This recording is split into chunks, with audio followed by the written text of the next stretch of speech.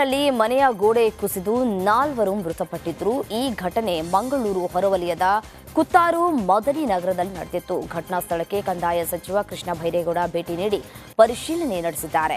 ಈ ವೇಳೆ ಸಚಿವ ಕೃಷ್ಣ ಬೈರೇಗೌಡ ಭೂಕುಸಿತದ ಬಗ್ಗೆ ಪ್ರತಿಕ್ರಿಯೆಯನ್ನು ಕೂಡ ಕೊಟ್ಟಿದ್ದಾರೆ. ಭೂಕುಸಿತದ ಬಗ್ಗೆ ಸ್ಥಳ ಗುರುತು ಮಾಡಿದ್ದೇವೆ, ಎಲ್ಲೆಲ್ಲಿ ತೊಂದರೆ ಆಗತ್ತೆ ಅಂತ ಪಟ್ಟಿ ಮಾಡಿದ್ದೇವೆ, ತೀವ್ರ ತೊಂದರೆಯಾಗುವಂತಹ ಪ್ರದೇಶಗಳ ಬಗ್ಗೆ ಜಿಲ್ಲಾಡಳಿತಕ್ಕೆ ಮಾಹಿತಿಯನ್ನು ನೀಡಿದ್ದೇವೆ ಅಂತ ಹೇಳಿ ಕ್ರಮವನ್ನು ಕೂಡ ತೆಗೆದುಕೊಳ್ತೀವಿ ಅಂತ ಕೂಡ ಹೇಳಿದ್ದಾರೆ.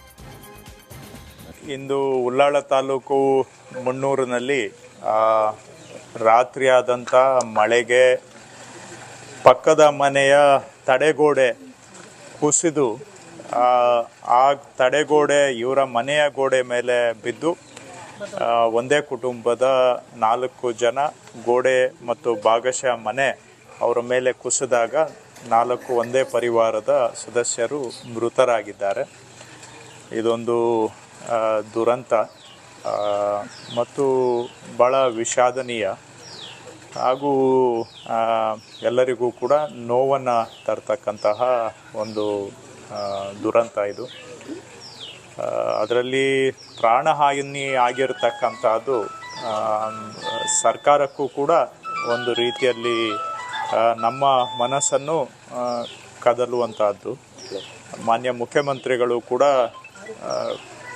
ಈ 4 ಜನರ ಪ್ರಾಣಹಾನಿ ಆಗಿರೋದಕ್ಕೆ ಅವರು ವಿಷಾದವನ್ನು ಮಾನ್ಯ ಮುಖ್ಯಮಂತ್ರಿಗಳು ವ್ಯಕ್ತಪಡಿಸಿದ್ದಾರೆ. ಅವರು ನನಗೆ ಸಹ ಮಾತನಾಡಿ ಅಲ್ಲಿ ಹೋಗಿ ಅವರ ಪರಿವಾರದವರಿಗೆ ಏನು ಸಹಾಯ ಮಾಡಲಿಕ್ಕೆ ಸಾಧ್ಯ ಸರ್ಕಾರದಿಂದ ಎಲ್ಲ ಸಹಾಯವನ್ನು ಮಾಡಬೇಕು ಮತ್ತು ಇದು ಎಷ್ಟು ಇದನ್ನು ತಡೆಗಟ್ಟಲಿಕ್ಕೆ ಆಗುತ್ತೆ ಅದು ಬೇರೆ ವಿಷಯ. ಆದರೂ ಕೂಡ ಸರ್ಕಾರ ಆದಷ್ಟು ಇಂತಹ ಘಟನೆಗಳನ್ನು ತಡೆಗಟ್ಟಲಿಕ್ಕೆ ಪ್ರಯತ್ನ ಮಾಡಬೇಕು ಅಂತ ಮುಖ್ಯಮಂತ್ರಿಗಳು ಸೂಚನೆಯನ್ನು ಕೊಟ್ಟಿದ್ದಾರೆ. ಇಲ್ಲಿ ಇಂದು ಕಲಬುರಗಿಯಲ್ಲಿ ಗ್ರಾಮೀಣ ಭಾಗದ ಮಕ್ಕಳಿಗೆ ಬಸ್ ಇಲ್ಲ ಅಂತ ಎಬಿವಿಪಿ ಪ್ರತಿಭಟನೆಯನ್ನ ನಡೆಸಿತು. ಶಾಲಾ ಕಾಲೇಜುಗಳು ಆರಂಭವಾಗಿ ಸುಮಾರು ದಿನಗಳೇ ಕಳೆದರೂ ಕೂಡ ವಿದ್ಯಾರ್ಥಿಗಳಿಗೆ ಬಸ್ ಪಾಸ್ ವಿತರಣೆ ಆಗಿಲ್ಲ ಅಂತ ಆಕ್ರೋಶವನ್ನು ಹೊರಹಾಕಿದ್ರು. ಸರಿಯಾದ ಸಮಯಕ್ಕೆ ಬಸ್ ಇಲ್ಲ, ಜೊತೆಗೆ ಬಸ್ಗಳ ಸಂಖ್ಯೆಯೂ ಕೂಡ ಕಡಿಮೆ ಇದೆ. ಹಾಗಾಗಿ ಬಸ್ ಸಂಖ್ಯೆಯನ್ನ ಹೆಚ್ಚಿಸಿ ಬಸ್ ಪಾಸ್ ಅನ್ನು ನೀಡುವಂತೆ ಆಗ್ರಹಿಸಿ ಈ ಒಂದು ಪ್ರತಿಭಟನೆಯನ್ನ ನಡೆಸಲಾಗಿದೆ. ಶಿವಮೊಗ್ಗದ ಗೋಪಾಲಗೌಡ ಬಡಾವಣೆಯಲ್ಲಿರುವ ಮಹಾನಗರ ಪಾಲಿಕೆ ಹಾಗೂ ಖಾಸಗಿ ನಿವೇಶನಗಳ ಅತಿಕ್ರಮಣವನ್ನು ತೆರವುಗೊಳಿಸುವಂತೆ ಆಗ್ರಹಿಸಿ ಬಡಾವಣೆ ನಿವಾಸಿಗಳು ಪ್ರತಿಭಟನೆಯನ್ನು ನಡೆಸಿದ್ರು.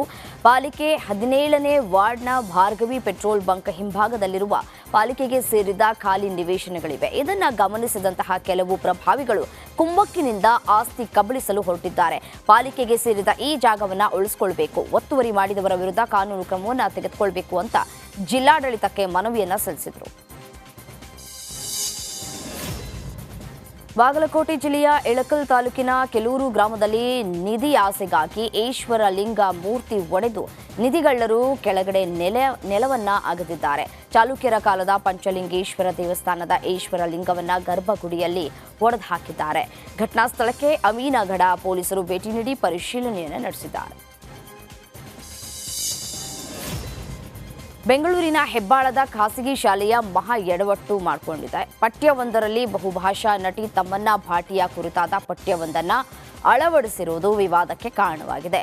ಶಾಲೆಯ ನಿರ್ಧಾರಕ್ಕೆ ಪೋಷಕರು ಕ್ಯಾಂಪ್ಸ್ ಸಂಘಟನೆ ಆಕ್ರೋಶವನ್ನು ವ್ಯಕ್ತಪಡಿಸಿದೆ. ತಮನ್ನಾ ಭಾಟಿಯಾ ಅನ್ನತಕ್ಕಂಥವ್ರು ಲಸ್ಟ್ ಸ್ಟೋರೀಸ್ಗಳಲ್ಲಿ ಅಂದರೆ 10 ಗಂಟೆ ನಂತರ ನೋಡ್ತಕ್ಕಂಥ ಚಿತ್ರಗಳಲ್ಲಿ ಮಾಡ್ತಕ್ಕಂಥವಳು ಮಕ್ಕಳಿಗೆ ಅದನ್ನು ನೇರವಾಗಿ ಮಗುವನ್ನೇ ಕೇಳಿದಾಗ ಮಗು ನಾನು ಇದನ್ನು ಹೆಂಗೆ ನೋಡಲಿ, ಇಂಥವನ್ನೆಲ್ಲ ನಾನು ಏನು ಕಲೀಲಿ ಅನ್ನತಕ್ಕಂಥ ಮನಸ್ಥಿತಿಗೆ ಹೋದಾಗ ಎಲ್ಲೋ ಒಂದು ಕಡೆ ಶಿಕ್ಷಣ ಸಂಸ್ಥೆಗಳು ವಿವೇಚನೆ ಬಿಟ್ಟು ಇವರು ಇಂಥದನ್ನು ಮಕ್ಕಳ ಮನಸ್ಸಿಗೆ ತುರುಕಕ್ಕೆ ಹೋಗ್ತಾ ಇದ್ದಾರಲ್ಲ ಅಂತ ನಮಗೂ ಕೂಡ ಅದು ತಪ್ಪು ಅನ್ನಿಸ್ತು. ಹಾಗಾಗಿ ಇದರ ಬಗ್ಗೆ ಆಕ್ಷೇಪಕರವಾಗಿದೆ. ತಮನ್ನಾ